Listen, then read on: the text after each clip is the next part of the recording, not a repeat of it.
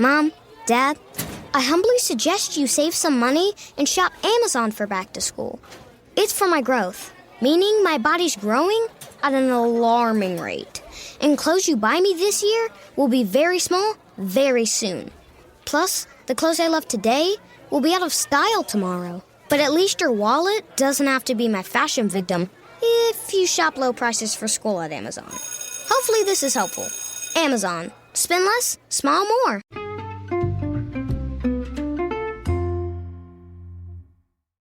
Hi, everybody, and welcome to the Dr. Psych Mom Show. Today, I am responding to a reader request, and I am going to read it to you and then tell you what I think. He wanted me to write about challenges associated with being married to veterans, and this would join my episodes on lawyers, doctors, CEOs/entrepreneurs, and men in IT. And the one tomorrow, or that comes out in 2 days rather, or that I'll probably record tomorrow, but will come out in a month. Thank God I finally have my backlog up again. I was getting down a little low. 3 weeks is a little bit harrowing because I hate not having enough things hoarded in the backlog. But anyway, so the one tomorrow is going to be sales. So there are a lot of relentlessly positive men in sales, and they just don't understand why the same can-do attitude that makes them so successful in their sales jobs just does not translate to their marriages. So you can subscribe for that one, as well as over 160 other subscriber episodes. All right, so the guy wrote in, topic idea, challenges associated with being married to veterans. I don't know if you've seen many vets in your practice over the years, but perhaps there's a theme that could be interrogated here. My wife sees some of my adult behaviors as either outright pretentious or at a minimum annoying. I have tried to identify the cause, and the best I can come up with is being an adult child of a dysfunctional home, but then later finding the structure and discipline I needed to normalize my life in the military. Many of these habits have followed me for the rest of my life. Behaviors like routine, adherence to schedule, neatness, and even how I fold my clothes. I suspect it was the personal growth that I achieved in the military that accounts for my success in college after I got out and within my professional career today. He's been out of the service for nearly 30 years and thought there could be something to discuss in a post. And there certainly is. And then he later said I should include first responders as well so that it's more applicable to everybody or to a larger, range of people. All right, that sounds like a good idea. And in fact, I did my internship at the Charleston VA, so I worked with only vets there. And also then when I lived close to Annapolis, I worked with a lot of guys who were in the military or were veterans. And I still work with a lot of veterans because a lot of very successful guys are veterans. And my father was a veteran of the Air Force, although he was only a few years, just kind of like this guy, I guess. And there are specific qualities that are definitely associated with men who are in the military. And obviously, women are in the military too. But I do not see that as often, and so I'm going to stick to what he's talking about and what I did in my other episodes, which is men in these professions and how their professional lives and the traits in their professional lives shape their marriages in ways that are good and not so good. So challenges particularly. So, all right. One thing that he is talking about that I definitely see is the routine thing. So in a worst case scenario, this can even go so far as to be OCPD. Remember my podcast episode, OCPD, rigid as fuck. That would be a good one to go to if you think that your adherence to routine is a primary concern. That's obsessive compulsive personality disorder, not just OCD. So if everything has to go your way, and you have the specific routines and systems in place, so your alarm clock goes off at the same time every day, and you take a shower at the same time, and you do every single thing down to pooping at the same time every single day, And nobody can change your routine because your routine is optimal and you figured it out early on and it's what works for you. Well, great, but you also could be somewhat of a rigid asshole to live with, right? Because let's say that your wife wants to go do something else in the morning some days, but that's when you have your coffee and then you take your run and then you are back for your shower and like everything just has to go a certain way all the time. I see this happen a lot where guys are like, well, if she really wanted to do something, I would change my routine. But the reality is that when the woman asks to do something, it's so kind of destabilizing to him and he gets so irritated with her that she just stops asking. So his routine takes primary precedence in the home, even over the baby's routine when there's a baby. His routine just is, especially if he's the primary earner. So I'm not talking about career military people or people who are deploying. I'm talking specifically about veterans like this guy. So people that used to be in the military, but now they're in a regular job where they do have more flexibility, or they could, or other people in their job in their field do, but they don't. So other people, let's say, who work at this guy's business may not get up at 5 a.m., go for a run and blah, blah, blah, blah, blah, but he does. Whereas if you actually are in the military, obviously you have to do, what everybody does at the exact same time. That's where you learn it. But then some people, many veterans, cannot get rid of that idea.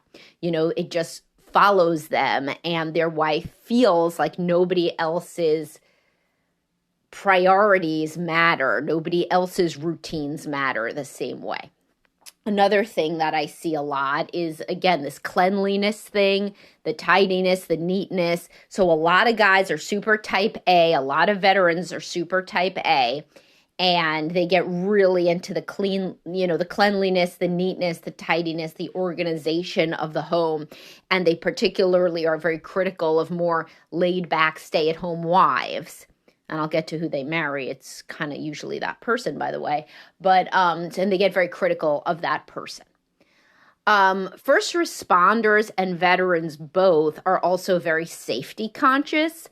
And that can go into a paranoia so for example, things that were very, very dangerous when you were training or in your everyday job, if you're a first responder, it's like nurses. I mean, I should do one on nurses too, on women who are nurses. But they'll say things like, oh no, I'm not going to get like a Nerf gun because what I've seen happen with a Nerf gun, and it's like, of course they see some terrible shit happen with a Nerf gun, but like, it would be like me saying, I'm never going to get married because I've seen so many people with marital problems.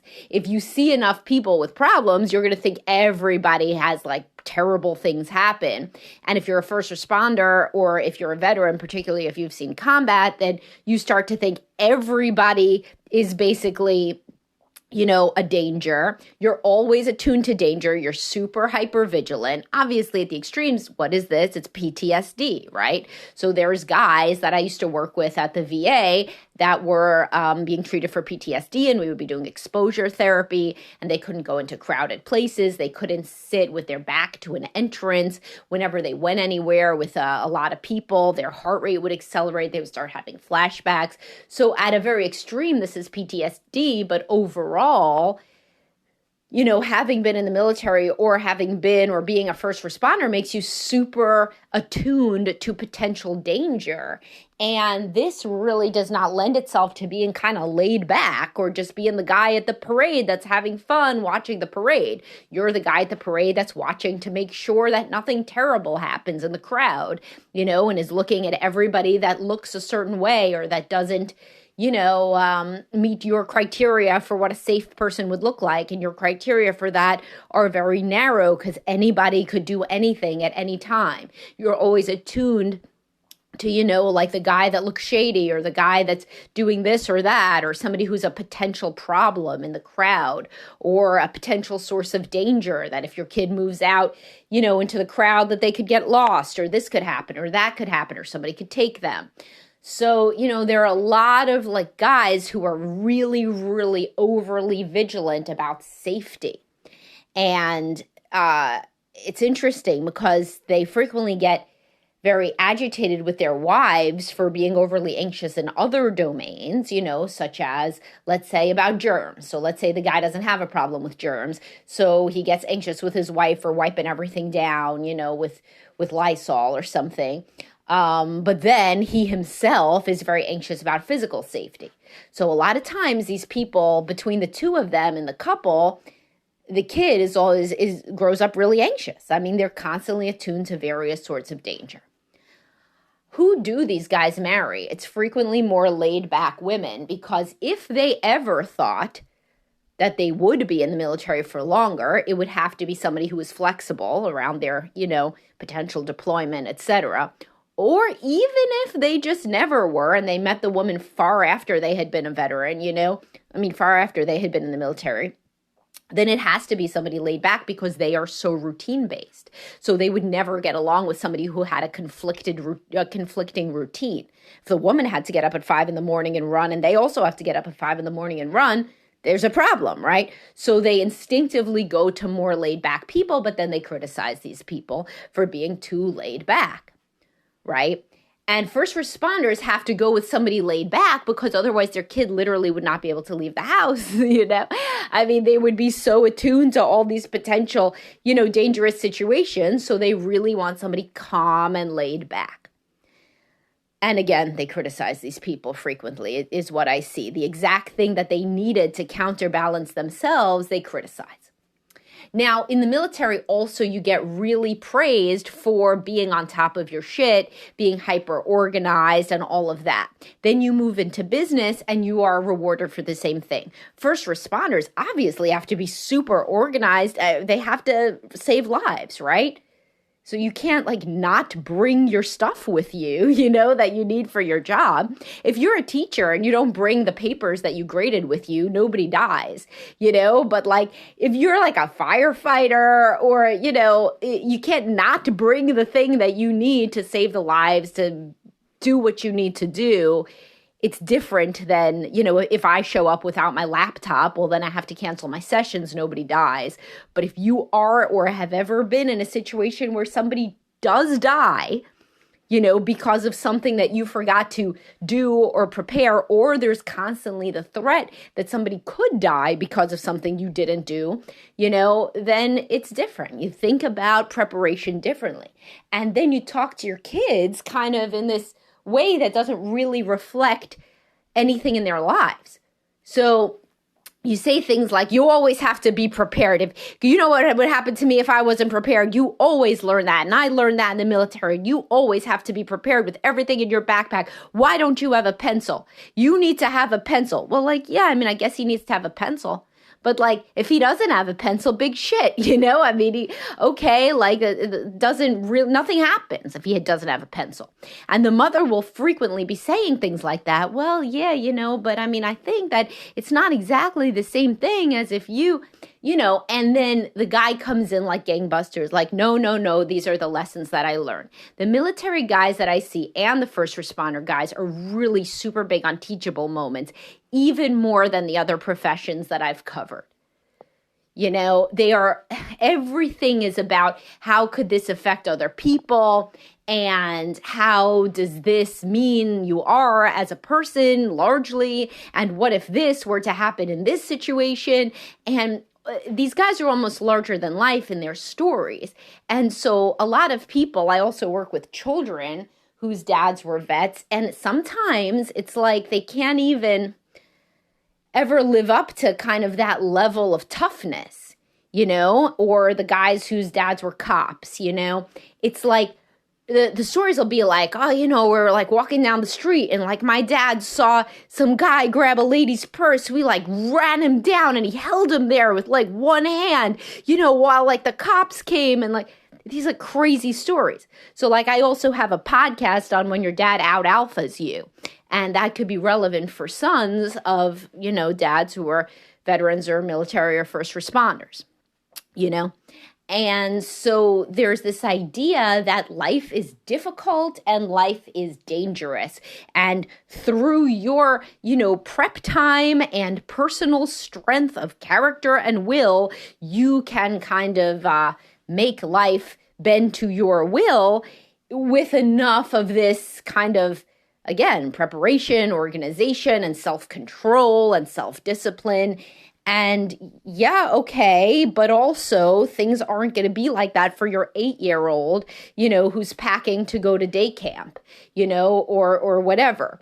And so a lot of times, so the wives of these guys will say everything is so serious. Everything is a teachable moment. Everything, is very fraught, and everything is a routine, and a guy has to be in control of what we do as a family. If we go on a trip, it has to go a certain way. If we go out for the day, it has to go a certain way. And it's hard. It's hard to be married to somebody who's very routine based, and especially somebody who, says that most of their success comes from that, as this guy did, which is classic, who ascribes most of his success. Now, he also said an interesting thing, which is a key variable, which is he was an adult child of dysfunctional family, and so he attributes his success to what he learned in the military. Now, Joe Average guy in the military or first responder is not going to be as difficult and rigid as an adult child of a dysfunctional family. Now, many guys go into the military, or they go into like these, fields, first responding fields where you have to be super brave. A lot of them go into that because they came from abusive homes. And that's what I see in my practice a lot. So basically, basic training is a walk in the park if you grew up in an abusive home. Everybody else is struggling, and you're like, wait, there's rules here? Like, you mean I don't get the shit beat out of me randomly? Awesome. And so because they survived abuse or neglect at home, the military is wonderful. They're like awesome. They get positive feedback all the time because they just do what they're supposed to do. And then they get the thing that they were supposed to get if they did the thing that they were supposed to do. So it's super predictable, which is the opposite of growing up in an abusive or neglectful home where it's unpredictable. So, however, when they get out, it's not like they have this other happy childhood to look back at and to say, oh, that's how I'm going to parent, more like what I got at home. No, they had no such happy memories, or not a lot of them. So instead, what they fill in the parenting gaps with when they don't know what to do, they use their lessons from the job, or from training. And so that is frequently not developmentally appropriate for a child. And it's certainly not going to make your wife feel closer to you when you harangue her or lecture her about how she could be more organized, or she could be neater, or she could be more scheduled, or, if she just went for a run every day, then she could lose the baby weight, And so the idea of there being this cut and dry link between what you do and what you receive, guys in the military feel more like that. Veterans feel more like there is, because that's the way it goes. There's a definite hierarchy. If you do X, then X happens to you. And life at home is much, much softer, and there's more shades of gray, and there needs to be more empathy. And especially if you're an adult child of dysfunctional family, which a lot of guys who went into the military, that I've worked with, they chose to do that because, their home life wasn't good. So they went into the military, and that's where they, quote, straightened out. And then they try to take those same lessons to their kids, and they're a little bit too harsh with it and a little bit too stringent. So if that resonates with you, couples counseling can help, individual therapy can help. Some people, don't even know that there are issues until their kids start to get upset with them and say, dad is too harsh, or dad doesn't understand, or, whatever. And some guys come in when they have, romantic problems, such as the woman saying you're very critical, everything has to be only your way, etc., etc. So I hope that you got something out of this. It gave you a jumping off point for how to think about things if you are a veteran or first responder, or if you are married to one. And thanks to the guy for the suggestion. And I'll talk to everybody soon. Have a great day.